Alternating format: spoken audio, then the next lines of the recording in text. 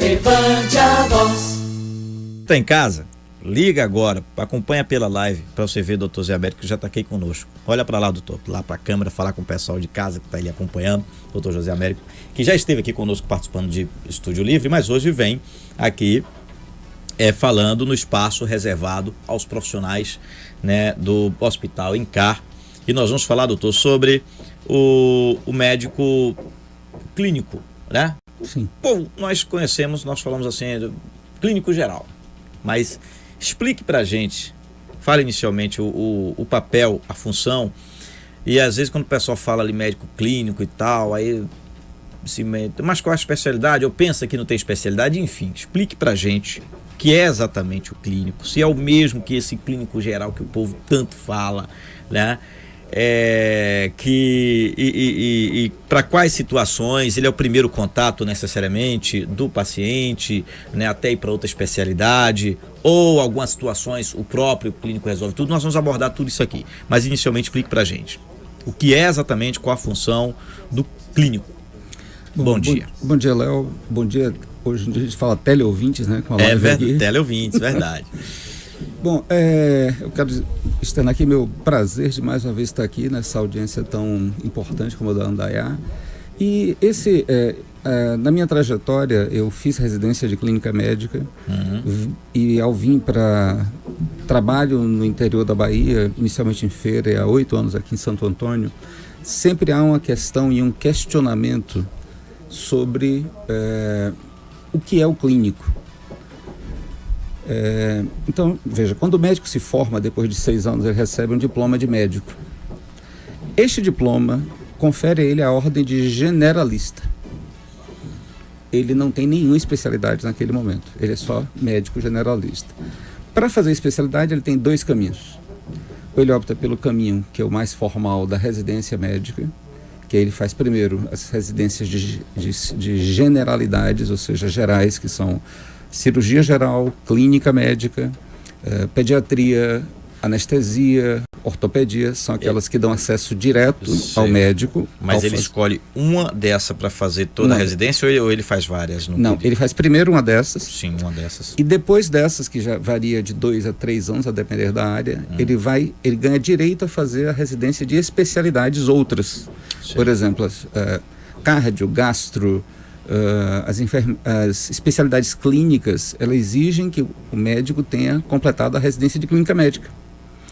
Na cirurgia, a mesma coisa. Cirurgia neurológica exige a residência de cirurgia geral primeiro.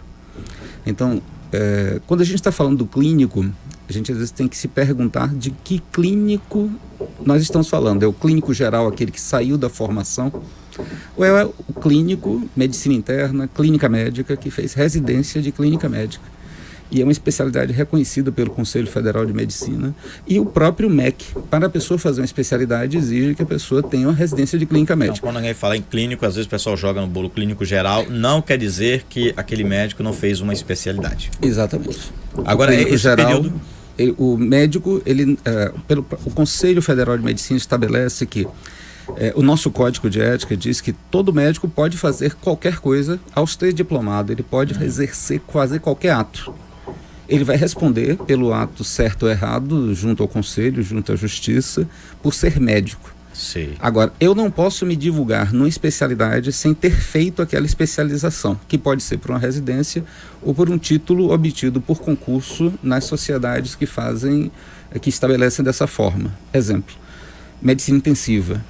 Você pode tanto fazer a residência de medicina intensiva, médico que trabalha em UTI, como pode, depois de 8 anos de experiência profissional comprovada, se inscrever numa prova de título extensa que dura 3 dias, para uma sociedade dizer que você é especialista naquela área. Então, quase todas as especialidades têm 2 formas de você ser especialista. Uma por residência e a outra por prova de título. Doutor, agora o clínico, o bom clínico, ele podemos dizer assim, ele estaria preparado para diagnosticar quase a totalidade das patologias através da sua entrevista ou necessariamente da solicitação de exames e verificações, mesmo que ele não tenha feito especialidade naquela outra área. Por exemplo, ele identificar uma situação que ali já a partir dos sintomas ele investiga, seja lá qual for a patologia, ele poderia identificar?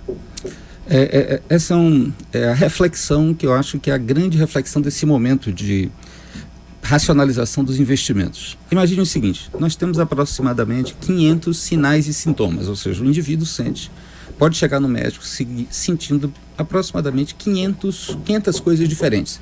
Dor de cabeça, dor no tórax, dor no abdômen. E existem, na verdade, mais de 50 mil doenças. Então precisa que exista uma ponte entre o sinal e o sintoma que o indivíduo sente até chegar na sua doença. Então o grande papel, que eu diria, do clínico seria ser um diagnosticista, ou seja, o médico que é preparado para obter diagnósticos. Mas ele não apresentaria ali, vamos supor, soluções? Sim. Ou necessariamente ele tem que encaminhar para o especialista? Ou depende do tamanho do problema? Isso. Então vamos lá. Ao estabelecer o diagnóstico, que não é a coisa mais simples da medicina, tá? Então assim, eu tinha um professor no meu tempo de faculdade, o querido Dr. Eni Rocha, que uma vez me encontrou como estudante carregando um livro de tratamento no elevador e me disse assim: meu caro, eu vou lhe dar um conselho.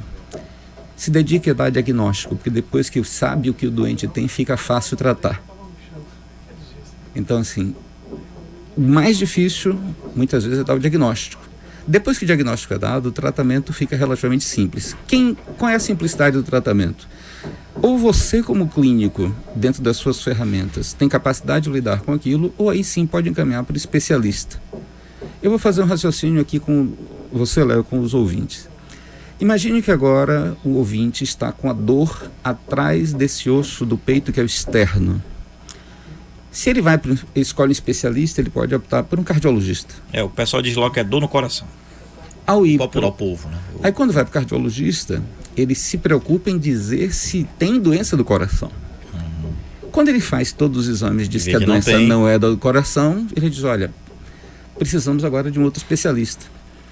Ou deixa a critério do paciente, ou ele diz: olha, vamos agora a um pneumologista, porque doenças do pulmão também causam isso, certo? Aí o paciente vai para o pneumologista, que vai se preocupar em primeiro dizer o que não é, não o que o doente tem. Ao se dizer que não é do pulmão, ele manda para um gastroenterologista. E aí o paciente faz toda uma via crucis diagnóstico para de repente descobrir que era esofagite e que vai ser tratado, precisa de um gastro ou não precisa de um gastro. Então o clínico teria essa finalidade de racionalizar o caminho do paciente. E talvez chegar mais rápido ao diagnóstico. O segundo grande papel do clínico seria, como é que eu diria? Integrar as informações do corpo. Imagine que muitas vezes o paciente não tem uma só doença. Ele tem insuficiência cardíaca, tem a pedra na vesícula, tem obesidade e assim por diante. Muitas vezes os especialistas passam remédios para cada uma das suas coisas. E aí o paciente de repente se vê numa salada de 20 remédios prescritos por especialidades diferentes. E eu diria que o clínico também tem o papel de cuidar da pessoa. Ou seja, a especialidade muito voltada a tratar de doentes. Das doenças. Das doenças. E a pessoa com seus sofrimentos, com suas questões, com suas prioridades de vida. Então o clínico geral, o clínico seria o médico que integra todas as questões dos doentes e tenta gerenciar os desejos do paciente com o que ele fica sentindo, com as suas propostas de vida. Doutor, agora esse papel aí esse contato, esse primeiro, há uma queixa muito grande. E no fim, né, todas as categorias, seja advogado, existem piadas com advogado, existe piada com radialista. E quando se fala de piada com médico, aí fala-se muito do SUS, daquela avaliação rápida, né? Outro dia o Zorra Total colocou um paciente com a perna aparentemente quebrada. Todo médico que ele ia, o médico dizia: é virose, né? Que virou. Mas minha perna, não, o seu caso é virose. né? Que o pessoal ficou naquela coisa de tudo ser virose. Ou então aquela piada que diziam também, que faziam dizendo que acho que Jesus tinha voltado, você já ouviu, né? Não, e foi não consultar alguém e alguém estava lá na fila e foi falar e disse, ei, como é esse médico? Ah, igual os daqui do SUS, nem olha a gente, já manda levantar e dizer que tá bom. Esse contato aqui às vezes, ou pelo médico, não sei, ou pela sua experiência ou pela falta de paciência. Mas o paciente se queixa, às vezes, que quando você está doente, o que mais você quer é isso. Atenção. Isso é com adulto, com menino, com tudo. Alguém que te olhe, te pergunte, questione. E esse momento, acredito que é crucial para isso que o senhor disse aí. Para identificar aquela patologia que a pessoa sente, mas não sabe, às vezes, dizer o que está sentindo. Eu concordo, Léo. Essa é uma das grandes críticas, talvez, ao ato médico de um modo geral. Os médicos, por motivos diversos, que vão desde uma não remuneração adequada, né, o valor da consulta do SUS é irrisório, ele acaba fazendo consultas muito rápidas, além da demanda excessiva que tem, né? Ou seja, a quantidade de pacientes por médico acaba sendo grande demais. E está acontecendo uma coisa que trago essa reflexão a você para complicar, é que muitas vezes para tentar dar um diagnóstico, o médico acaba pedindo excesso de exames. Então, o papel do diagnóstico acabou indo para o exame, quando o exame tinha que ser complementar. Por isso que o nome é exame complementar. Complementar o pensamento clínico. Então, ao montar uma árvore diagnóstica, o médico ele não pode simplesmente pedir todos os exames disponíveis, porque essa é uma coisa curiosa. Quem valida o resultado do exame é o médico, porque o exame pode, inclusive, estar errado.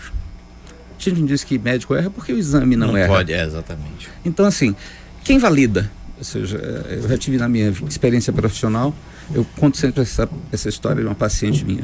Eu fazia oncologia em Salvador, tinha uma paciente jovem que tinha amputado um braço por um osteosarcoma. Vinha bem, 2 anos de acompanhamento comigo, era jornalista e conseguiu uma bolsa em Londres e pediu para fazer uma revisão antes de viajar, que ela passar 2 anos em Londres numa bolsa. Há 2 dias de viajar, ela chega chorando no consultório com o resultado de exame que mostrava um colesterol de 2.250, pensando que ia perder a viagem. Eu olhei para o exame e disse assim, olha, no seu histórico, o seu colesterol sempre foi 220. Provavelmente quem digitou não botou uma vírgula, então deve ser 225, não 2.250. Ligamos para o laboratório, realmente era um erro de digitação. Então eu coloco que a gente precisa, o médico precisa conhecer seu paciente. E uma digitação que deu uma diferença enorme. E não tem como conhecer o indivíduo sem ter tempo dedicado a ele. Sem ouvi-lo, sem... Bom, nós estamos conversando com o Dr. José Américo, agradecer aqui rapidamente, doutor, os nossos colaboradores. Nós estamos no oferecimento de Ótica Ruas, venha conhecer Espaço Perfeito, onde estilo e beleza se unem.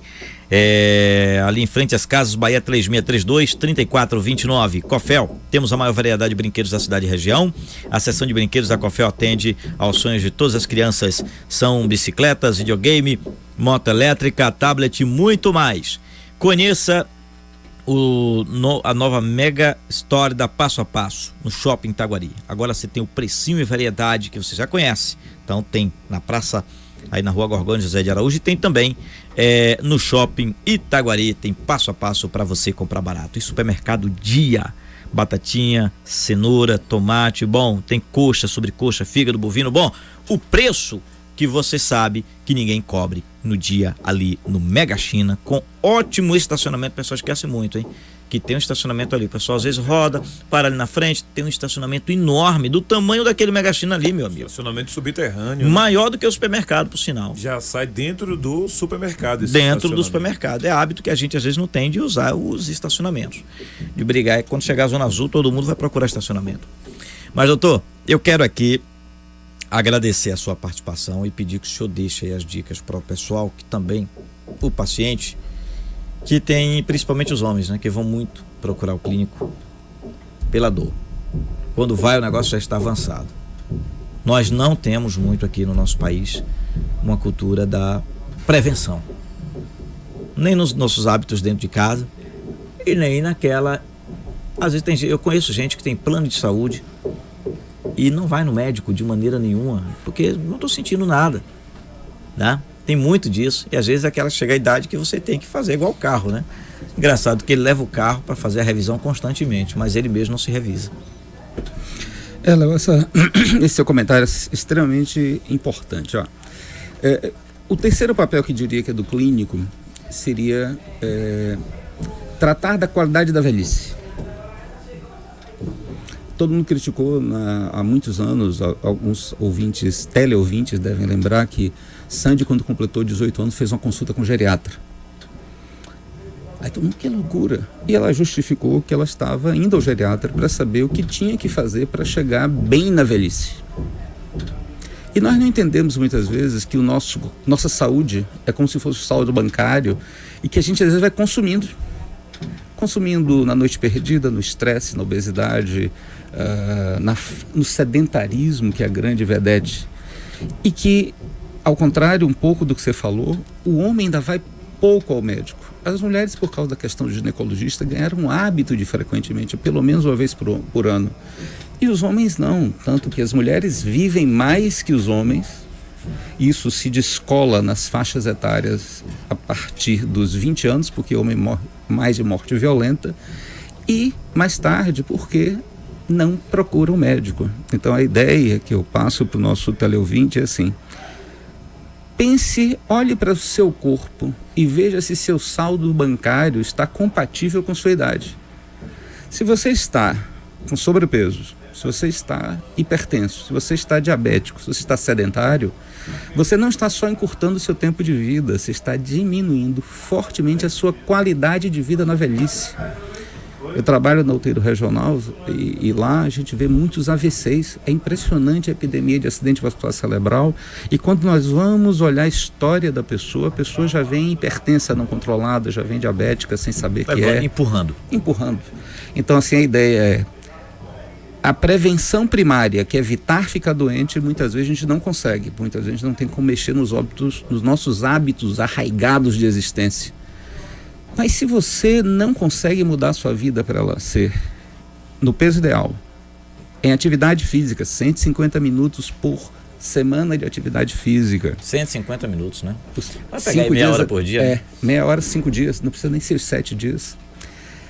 Se você não consegue medir sua pressão arterial pelo menos uma vez por mês, para saber como ela está, se você não consegue tomar, pelo menos venha tomar os remédios necessários para controlar essa doença, para ter uma velhice adequada. Então, assim, a medicina não trabalha só com a prevenção primária, ela trabalha também com a prevenção secundária. Ou seja, se você não consegue perder peso para controlar a pressão, tome seu remédio e continue indo ao médico para ver se ela está controlada. Se você não está conseguindo perder peso para não ter diabetes, faça aderência ao médico. Então a questão hoje não é simplesmente ter só uma vida plenamente saudável, que a gente sabe as dificuldades do dia a dia, como é difícil manter isso. Mas a medicina hoje tem ferramentas necessárias para controlar as doenças, para dar uma qualidade de vida adequada no envelhecimento. Então o pensamento que eu queria passar para o teleouvinte é: pense na sua saúde de hoje, mas lembre que você está gastando um saldo bancário que pode fazer falta na sua velhice. E a velhice pode ser de muitas dificuldades. Ou numa cama, ou sem memória, ou na alternativa pior que a velhice, né? Todo mundo não quer envelhecer, mas pense qual é a alternativa de não envelhecer. Que você quer envelhecer com qualidade ou morrer. Até porque a velhice, com essa previdência que a gente tem, vai ser cada vez pior. Vamos precisar estar velhos para trabalhar, né, Léo? Sua conta bancária, quando está no vermelho, quando você é novo, você consegue repor mais rápido. Quando chega a idade, é difícil. Então a saúde para recuperar, para voltar, meu amigo. Então esse é o convite aos nossos teleouvintes, de que olhem para si e pensem se estão cuidando do seu envelhecimento. E fazendo uma analogia em outro sentido aí dentro do que o senhor pegou, né? Aquele velho ditado que diz, né? Não adianta também acabar a saúde para engordar a conta bancária, porque não tem conta bancária gorda que venha recuperar o que você fez com sua saúde. Tem isso também. Perfeito, Léo. Acho perfeito seu raciocínio. Vou utilizar nas minhas consultas. Né? Tá certo. Doutor, muito obrigado, viu? Obrigado. Até a próxima oportunidade, né? O senhor sempre bem-vindo aqui no nosso programa. Obrigado, André. Um abraço aí ao Jasson, doutora Conceição, todo o pessoal lá do Encato, toda a equipe. Obrigado. Grande abraço. Levante a voz.